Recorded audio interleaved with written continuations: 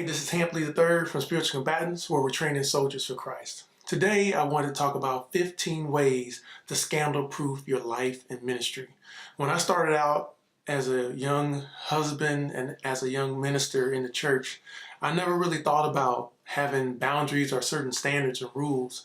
And it really didn't take long for me to realize that I needed some boundaries. I needed some standards to live by. There was a lot of things that was going on around me or that I wound up finding myself involved in where it could have been very compromising, or it could have been a situation that brought discredit to myself and my name, to the ministry, and also to God, most importantly. And so I knew early on I needed some standards. And so I did have some standards. I do have some on my website and from May of 2007 called Relationship Standards. And so I kind of expounded that list to just include these as well, and just an additional 8 to scandal-proof your ministry. So I just pray that these standards that I'll provide, or these ways or tools and tips that'll be really helpful for you. Please, if they don't fit you, or if there's something that fits a little better, find something that works for you. But please develop standards that you can live by so that you can have an honorable ministry that's filled with integrity and one that honors God, so that you have a good reputation from the outside and on the inside, so that people that look around you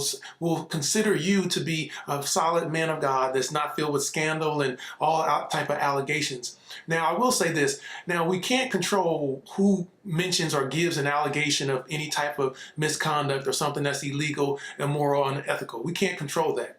But what you can control is minimizing your situations where you are in compromising positions, where someone can make an allegation, or where you put yourself in a situation where something's substantiated. And so these are just some tips that I've used throughout my life. All 15 I've used in my own life to be able to minimize any type of compromising situations, or situations where I can bring possible discredit to myself or to God. So let me get into it. So for some rules of engagement, what I want to do is, now I'm a married man, so I may say wife. So if I say wife, you can also just relate that to husband.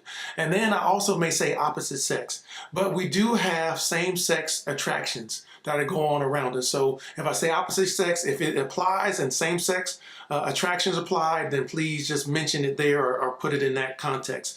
But I want to just kind of give you just a baseline. And also, because I want to kind of do this quickly, I won't share a lot of scriptures. You can't really talk to a preacher and say, hey, can you just give us a quick word? And like an hour later, they're just going into their second wind.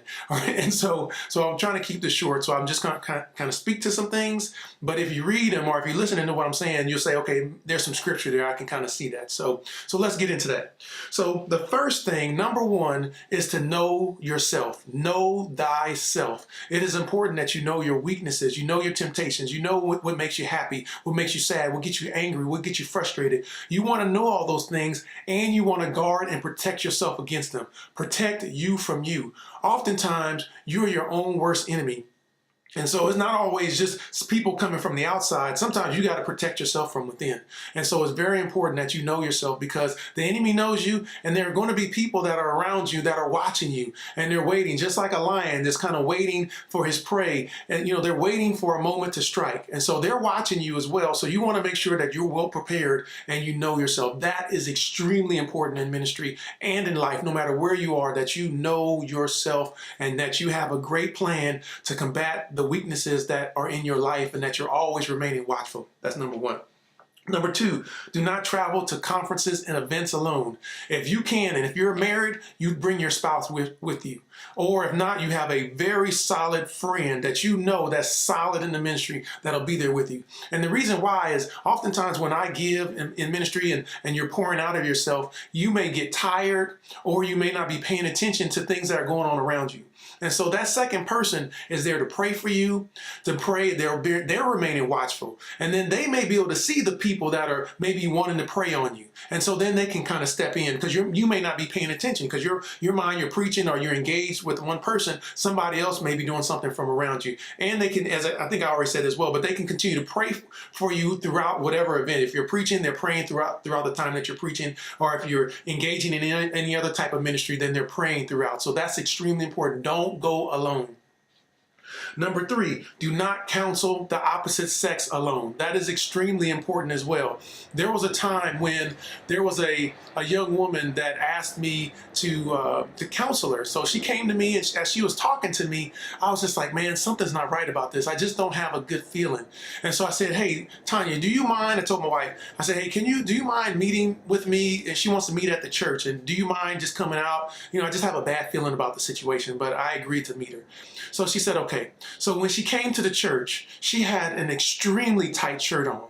And so when I come in, I open the door being respectful. And so then we have 2 sets of double doors. So when she comes through the double doors to go into the church sanctuary, she sees my wife. And she said, my wife was like, Hamp, if you would have saw the look on her face when she saw me sitting there. And the first thing that she said when she sat down was that I normally don't wear clothes like this. And so thinking about it, man, I don't know what would have happened had my wife not been there. What conversation she would have had. Maybe I would have responded and said something inappropriate. You never know, but that's why it's important to have someone there with you. I do not counsel people of the opposite sex, women. I don't counsel women. I don't counsel anyone of the opposite sex alone. I always have my wife there, or I'll have someone else in ministry that's very solid and someone that I trust, but I never do it alone. Number 4, do not flirt with anyone or give anyone any reason to believe that you're interested in them. I mean, lock it down. Fort Knox, prison-wise, gates, walls up. You want to make sure no one even remotely believes that you're interested in them, not even in the slightest bit. Yeah, and you don't have to be disrespectful about it. I don't have to tell people off or anything like that. But there's a way about establishing standards and a baseline about yourself and your presence and how you carry yourself and how you interact with people that let people know that I'm not interested. No, there's not even a doorway. People may try you because some people do. They just want to check just to make sure, hey, it looks like it's solid. It looks like it's Fort Knox and it's blocked off. But I just want to make sure. I'm just going to check. But no, you don't want to give anyone a reason to believe that they have an end with you, that whatever motive or whatever they're coming to you for, that they can accomplish that. No, not at all. Number 5, do not go to the opposite sex's house alone. I'm not going anywhere without my wife. So if someone says, hey, can you come over and change a light bulb? Sure, let me check with my wife and see what time, she can come over, and then we'll just kind of coordinate something and come together. I'm not going to be in an opposite sex's house alone under any circumstances unless it's emergency of that nature. But I'm going to make sure that someone is with me if I can help it. Number 6, set boundaries that others know and respect. And like I said earlier, everybody may not respect your boundaries, but everyone's going to know what those boundaries are. And so when I was pastoring, I had a meeting with, I think it was one of the initial meetings, and we were meeting with the men and the women of the church, the core team. And I asked the ladies, I said, I really would not like to pray for women in altar call or during the Sunday services if possible. I'm 6'5", and most women are about 5'4", and some women may have clothes that may be inappropriate. Everybody doesn't come to church, saved. Some people just come in and they need help, but they may have, the only clothes that they may have is just some that they wore in the club. And so they may come out and that's all they have. Or some people intentionally just wear their cleavage. They just have their cleavage out. And so I just want to make sure things are always appropriate where I don't see something that I don't need to see, because, as you know, you can't unsee things. And so I don't want any situation where you're going to pray for someone and to help someone that either they have a wrong intention or wrong motives, or I'm tempted to engage in some type of activity that's wrong and that's right. That's not right. So I want to make sure that people know what my boundaries are and just ask them for their help. And I asked the ladies, like, hey, I'll pray for a woman if there's no one else available, but if there is, can you please help me out? I really want to remain respectful, and I want to have a clear boundary, because what happens if this person's slain in the spirit? Now I'm gonna go and reach and grab for them just out of, just for their safety, but now I may be in a compromising situation where I touch them inappropriately, or something else may happen, and I didn't want that to happen. So I want to protect myself and everyone else. All right, number 7. Number 7 is that I want to live transparently. Now, I believe, and this is mainly with my wife. I want my wife to know that I'm not doing anything. I'm not hiding anything. Everything's on up and up. So, if you need to look at my phone's available. Here's my accounts and my passwords. I want to be very transparent before her and before others. I want people to know that, hey, I'm an open book. I'm not hiding things. I don't have things to hide, but I want them to know that. I want to be free with that. And it's really a freeing feeling when you're not hiding anything and you're not going around, sneaking around or doing different things. So I was doing that when I was growing up. And it's such a blessing just to be at peace and know that, it just things, I'm not just trying to do things on the down low, or I'm always trying to hide and sneak around. So live transparently. So number 8, touch responsibly. So this is about hugs, handshakes, and prayer. So with hugs, with women, I'm either going to give you the side hug, hey sis, how you doing? Or the A-frame hug. I'm going to hug you. I'm going to make sure that I'm not touching any part of your body outside of maybe the shoulder area. I'm taller, so I can reach forward a little bit. But the only person that I'm going to hold closely is my wife.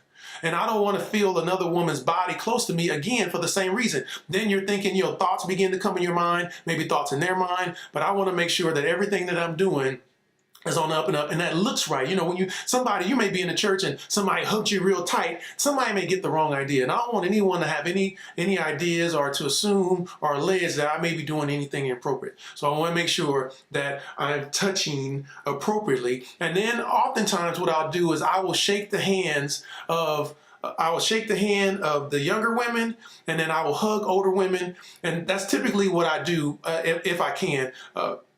That's my standard practice. Now in prayer, as I said before, I will try not to pray over a woman if humanly possible. But there are some people, I've been in some church services where someone will say, hey, put your hand on this woman's chest or wherever she's hurting. And I'm not putting my hands on any woman other than my wife for any reason. And so Jesus is a healer, just like with the centurion, say the word and she can be healed. But I don't think I need to touch you. I'm not going to touch you inappropriately to say that you're going to be healed. If it's in that situation, I won't do it. And I've just kind of refrained from, when people say, hey, put your hands on them, I will refrain from putting my hands on a person of the opposite sex. All right. Number 9, keep your eyes, hands, and feet to yourself. Now, some people, let me read Proverbs. I'll get into that. Let me read Proverbs 4:26. It says, put from thee a froward mouth, and perverse lips put far from thee. Let thine eyes look right on, and let thine eyelids look straight before thee. Ponder the path of thy feet, and let thy ways be established. And so I want to make sure that I'm looking forward. I'm looking forward. And so I'm not glancing at different people and different women, because some women, they just want to see if you're going to date, that's the bait that they put out. And so, hey, if you're looking at them, they're like, hey, I got you. You're interested. Okay, we can go from here. And so I don't want people to think that I'm interested. Remember, I said I don't want to give anyone the thought that I'm flirting or I'm looking at them inappropriately. So I'm gonna try to keep my eyes straight on. That's why I said that's why I'm building those boundaries around myself, because I don't want people to get that idea, and I don't want that for myself, because, like I said, you can't unsee some things. So then, if you have that thought in your mind, and you don't do anything with it, you start meditating on it, and that seed is planted. And then it may begin to sprout and grow. So I want to get all that out. I don't want to put myself in a situation where I'm seeing things, because some people know things begin with a thought. And then it just kind of works from there. So I got to pull that thing out. But the best thing is just not to look at it in the first place. So I don't want to even get to that place where I'm looking at anything inappropriate. So the next one, number 10, is do not allow any person to fulfill the role of a spouse. This is even if you're single. You don't want anyone to fulfill that role, because sometimes some men or women, when you're struggling with, or you're having a bad relations with your spouse, you want to go out to reach somebody that, that's not arguing with you. Somebody, if you're female, you're like, man, I just want to talk to a man that's not arguing all the time. Or I want to talk to a woman, just to have some decent conversation. But then you're looking for them to feel you socially.